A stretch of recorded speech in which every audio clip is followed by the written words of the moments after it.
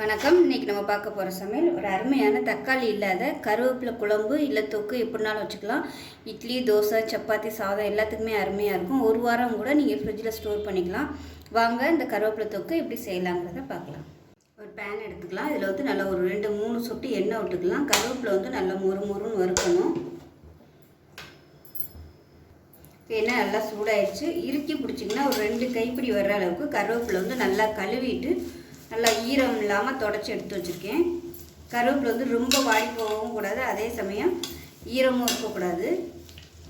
வாடி போயிடுச்சுன்னா உங்களுக்கு கருவேப்பிலையோட டேஸ்ட்டு பார்த்திங்கன்னா, அதாவது வாசனை வந்து வேறு மாதிரி ஆகிடும். அதனால் அந்த ஃப்ரெஷ்னஸாகவே இருக்கணும், அதே சமயம் ஈரம் இல்லாமல் இருக்கணும். ஈரம் இருந்துச்சுன்னா வெந்து போன மாதிரி ஆகிடும். இது எல்லாத்தையுமே நல்லா மொறுன்னு வறுத்துக்கலாம். ஈரம் இருந்துச்சுன்னா உங்களுக்கு மொறுன்னு வறுபடாது, வெந்து போன மாதிரி ஆகிடும். கருவேப்பிலை எடுக்கையில் இளம் கருவேப்பிலையாக எடுத்துக்கோங்க. ரொம்ப அப்படியே டார்க் பச்சையாக எடுக்காமல் முத்துனதாக இல்லாமல் இலசாக எடுத்திங்கன்னா டேஸ்ட் நல்லாயிருக்கும், வாசனையும் நல்லாயிருக்கும். வீட்டில் வந்து கருவேப்பிலை செடி இருந்துச்சுன்னா இலசாக பார்த்து எடுத்துக்கோங்க. இப்போ கருவேப்பிலை நல்லா மொறுன்னு வந்துருச்சு. உங்களுக்கு பார்க்கையிலே சவுண்டு நல்லா கேட்கும். இது வந்து வேறு பிளேட்டுக்கு மாற்றிக்கணும். இப்போ அதே கடாயில் 1/2 டேபிள் ஸ்பூன் கடுகு, 1/4 டேபிள் ஸ்பூன் வெந்தயம் சேர்த்துக்கலாம். இது ரெண்டுமே நல்லா புரிஞ்சு வரட்டும். கடுகு எவ்வளோ எடுக்கிறீங்களோ அதில் வந்து பாதி வந்து வெந்தயம் எடுத்துக்கோங்க. இது நல்லா பொரியட்டும், படபடன்னு வெடிக்கும், அந்தளவுக்கு வறுத்துக்கலாம். கடுகு வெந்தயமும் பொரியுது, அமர்த்திட்டு வேறு பிளேட்டுக்கு மாற்றிக்கலாம். இப்போ ஏதோ ஒரு மிக்சி ஜாரில் சேர்த்துருக்கேன். இப்போ இதில் வந்து நம்ம வறுத்து வச்சுருந்த கருவேப்பிலை இலையும் சேர்த்துக்கலாம். ஃபஸ்ட்டு இது வந்து நம்ம சும்மா ட்ரையாக பொடி பண்ணி எடுத்துக்கலாம். இப்போ இந்தளவுக்கு பொடி பண்ணிவிட்டு இப்போ கொஞ்சமாக தண்ணி ஊற்றி நல்லா பேஸ்ட் மாதிரி அரைச்சிக்கலாம். இப்போ பாருங்கள், இந்த அளவுக்கு நல்லா நைஸாக அரைச்சிக்கணும். இது தனியாக இருக்கட்டும். இப்போ கடாயில் தேவையான அளவுக்கு எண்ணெய் சேர்த்துக்கலாம். இதுக்கு வந்து எண்ணெய் கொஞ்சம் கூட இருந்தால் தான் நல்லாயிருக்கும். எண்ணெய் சூடானதும் கடுகு 1 டீஸ்பூன், சீரகம் 1 டீஸ்பூன் சேர்த்துக்கோங்க, நல்ல வாசனையாக இருக்கும். அதோட ஒரு 4 வரமிளகாயை கிள்ளிட்டு சேர்த்துக்கலாம். இது கூடவே பெருங்காயம் சேர்த்துக்கலாம் வாசனைக்காக. 1 டீஸ்பூன் போல் பெருங்காயம். நான் வந்து கட்டி பெருங்காயத்தை பொடி பண்ணி சேர்த்துருக்கேன்.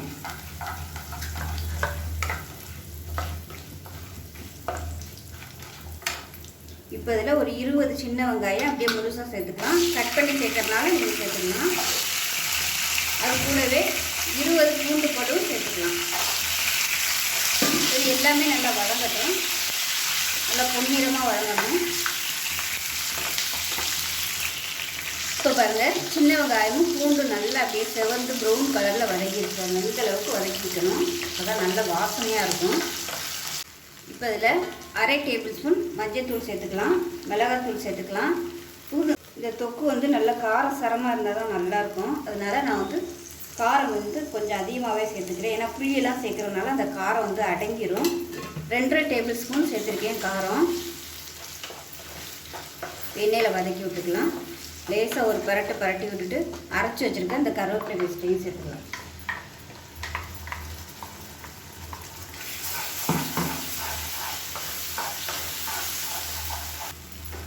இப்போ இந்த எண்ணெயிலேயே நல்லா சுருண்டு வர அளவுக்கு வதக்கி விட்டுக்கலாம்.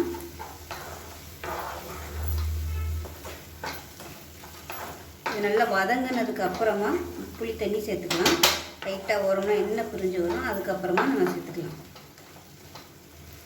இப்போ இதில் கல்லுப்பு சேர்த்துக்கிறேன். அரை உப்பாகவே சேர்த்துக்கோங்க எப்பயுமே. வற்றினதுக்கப்புறமா வத்தலைன்னா நைஸ் உப்பு சேர்த்துக்கலாம்.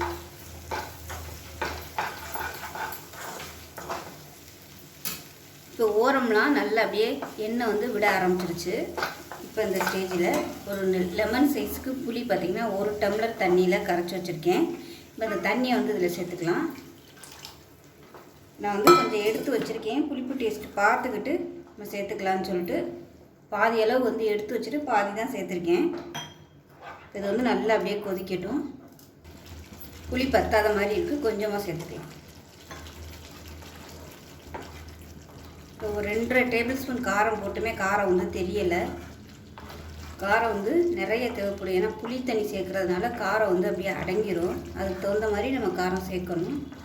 இது வற்றி வரட்டும். இந்த ஸ்டேஜில் நான் ஒரு 3/4 டேபிள் ஸ்பூன் அளவுக்கு மிளகாத்தூள் சேர்த்துருக்கேன். ஏன்னா காரம் வந்து பத்தலை, சுருக்குன்னு காரம் வந்து தெரியணும். அந்த அளவுக்கு இருந்துச்சுன்னா தான் தொக்கு வந்து நல்லாயிருக்கும். அதனால் இப்போ கொஞ்சம் சேர்த்துருக்கேன்.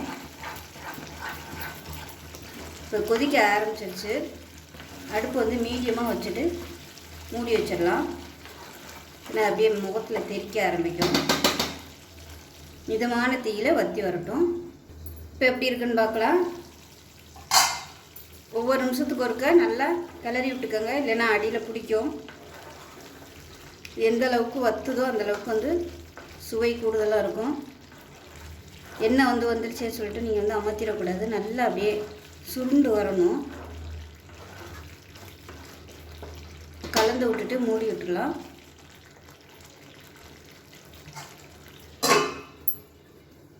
இப்போ எப்படி இருக்குன்னு பார்க்கலாம். பாருங்கள், நல்லா ஓரளவுக்கு கெட்டியாயிருச்சு.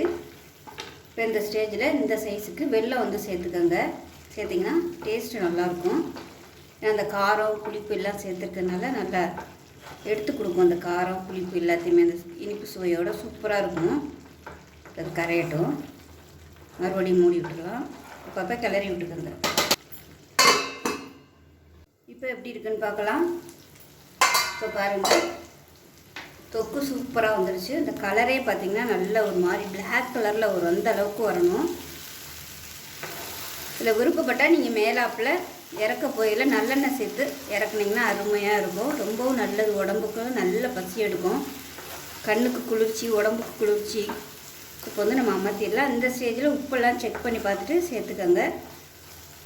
அவ்வளோதான், அருமையான கருவேப்பிலை தொக்கு சூப்பராக ரெடி ஆகிடுச்சு. பாருங்கள், சாதத்தில் போட்டு பிசைஞ்சு சாப்பிட்டோம்னா அவ்வளோ சூப்பராக இருக்கும். இந்த வெங்காயத்தோடு சேர்த்து சாப்பிடையில அவ்வளோ அருமையாக இருக்கும்.